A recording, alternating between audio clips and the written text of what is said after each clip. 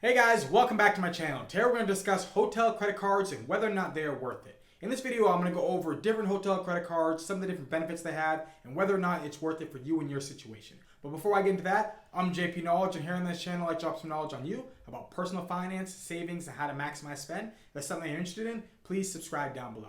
Okay, so hotel credit cards. So the reason why I'm making this video is because I made a different video before talking about airline credit cards and discussing about how most of them are actually not really worth it for keeping because of the multiplier. Many of them, you'll notice that the multipliers actually aren't that great. And for that reason, it doesn't even make as much sense to even use the airline credit cards even on their own airlines, because if you end up getting something like the American Express Platinum or end up getting something like the Chase Sapphire Reserve, you can actually use those cards, gain up a bunch of points with them that are actually more versatile points that you can transfer to different partners. Use those points to transfer it over to the partners that you actually want to get, and actually end up getting just as much benefit, if not more, from actually using one of these cards instead of actually using the co-brand credit card that would actually be racking you up points. So not all of the airline credit cards were that way, but many of them were, and I have a video on that you can check out. But in this video, I'm going to go over hotel credit cards and explain why hotel credit cards actually are better and explain why they actually might be worth it for you. So the first thing is going to end up being that thing that I just said, the multipliers. So typically with hotel credit cards, if you decide to use their cards, you'll actually end up getting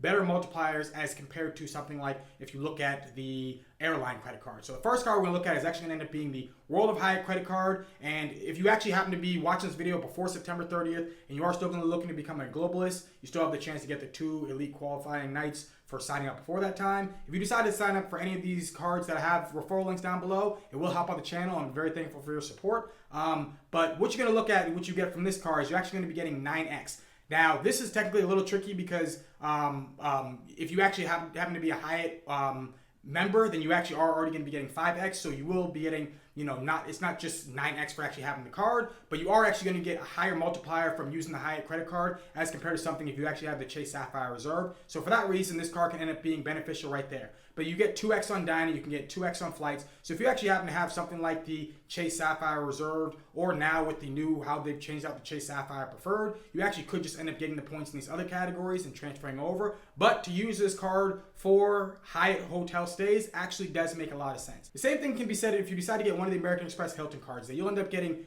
good multipliers from using it. So now the Hilton points aren't worth that much, but this is still really good multipliers for what you would actually end up getting for using these cards at the hotel. So this is the American Express Hilton Aspire card, which is going to end up being their top tier card. And what you're going to end up getting is 14x if you decide to use this card at a Hilton hotel. If you decide to get yourself the Surpass card, it's going to be less points. So you're going to end up getting 12x on there. And then if you decide to get yourself the Hilton Honors, which is actually the one that I have, what you just actually end up getting there is going to end up getting 7x. So I think the Hilton Aspire card is going to actually be one of the best cards out there. The only reason why I don't have it right now is because I'm actually trying to shuffle through all of the Hilton cards. So I'm going to go from the Hilton Honors to the Hilton Surpass to the Hilton Aspire to rack up all the points. So eventually I will end up getting the Hilton Aspire card. But as a whole, you can see that you're actually going to get really good multipliers here from actually using this card at their hotel. The same thing can go for IHG. Now, again, IHG is kind of similar with those Hilton points where they're not really worth that much. But if you look here, you're going to get 25x total from actually using it. And it's going to end up being 10x from actually using the Hilton card. So, the IHG card. So that's actually going to be very valuable. Same thing ends up going on with, if you look at something like the Wyndham, you're going to end up getting 5x. Marriott actually has multiple cards for, they have both for American Express and also for Chase. For Chase, you're going to end up getting, it says 17x, but you end up getting 6x for actually using the card. There's another card that has the no annual fee. This right here is actually the annual fee card. And then there's the other one that's going to give you the exact same things that end up being 6x. So as you can see from these cards, the multipliers are actually going to make it worth it just right there to actually use these cards on their services. So for that reason, depending on actually how much you end up staying at these different hotels, that right there alone can actually make some of these cards end up being worth it. Because if you stay at these hotels a lot and you're trying to get higher multipliers at these hotels, then it just makes the most sense to actually have these cards to do that.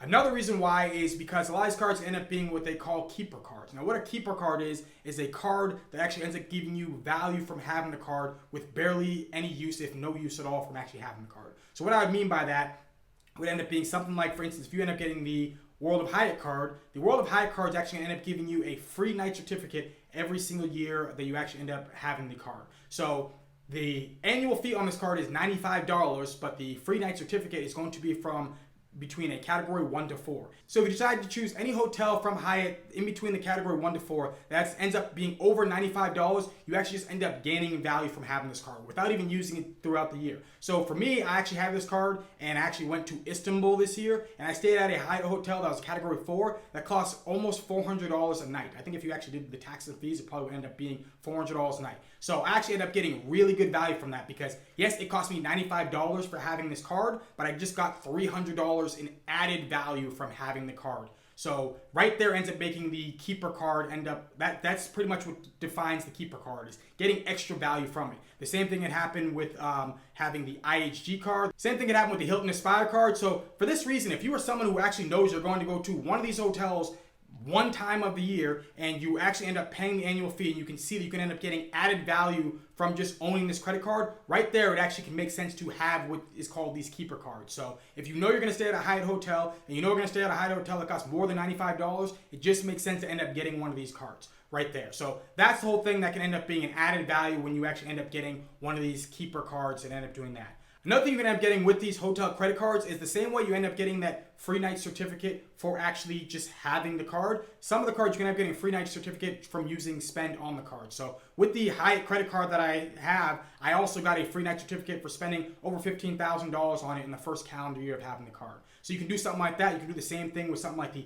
Hilton Surpass card. So sometimes there'll be ways that you can actually end up getting, free night certificates for spend on actually using the card. Now, you should always calculate to make sure whether or not it ends up making sense, depending on what other cards you end up having. You might end up being able to get more value from actually having the other cards. But if you are actually using these cards at these locations and you might end up getting somewhere near that amount of spend, this can end up being an added value right there from actually having those.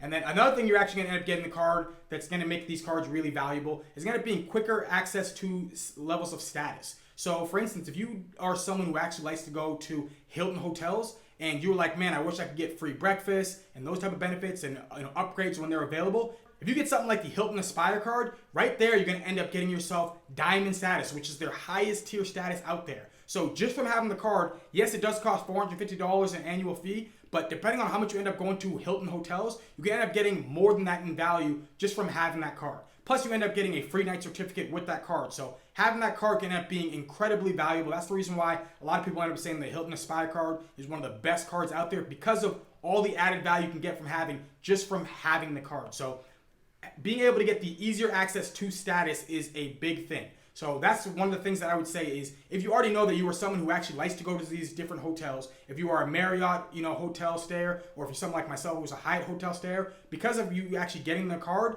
you can get yourself to those statuses where you can end up getting the upgrades, end up getting the free breakfast, end up possibly getting the free parking, end up getting, all the different things that end up coming with the higher tier status. So this is something that I ended up doing this year with my Hyatt credit card. I ended up becoming a globalist. I know many people have because there was a lot of easier ways to become a globalist this year. But if you're someone who does like to go to hotels, or if you're someone who actually wants to have that higher status and wants a quicker way to be able to get to it, then what you should do is look at getting one of the hotel credit cards that actually is a hotel that you actually end up staying at, because you're going to end up getting really good value from that. Now, while I will say that it does make sense to get these hotel credit cards, I do also think that it also makes sense to actually have the credit cards for the transferable currencies. So for instance, if you're someone who actually does want to get a Hyatt credit card and take advantage of the different bonuses and benefits you can actually get from having that card, it still also would make sense to have something like the Chase Sapphire Preferred or the Chase Sapphire Reserve, because then you can actually have more categories that you can actually end up grabbing those points and transferring them over to Hyatt and taking advantage of being able to use those points in the Hyatt program. So yes, it will make sense to have these cards, but it will also make sense to have other cards that have more versatile points. But yeah, that's my breakdown of hotel credit cards and why it probably makes sense to get them if you actually do like to stay at hotels. But if you do have any questions, drop them down in the comment section down below. I'll do the best I can to answer them. And if you did like this video, hit that like button, hit that subscribe button, and have a beautiful rest of your day. Peace.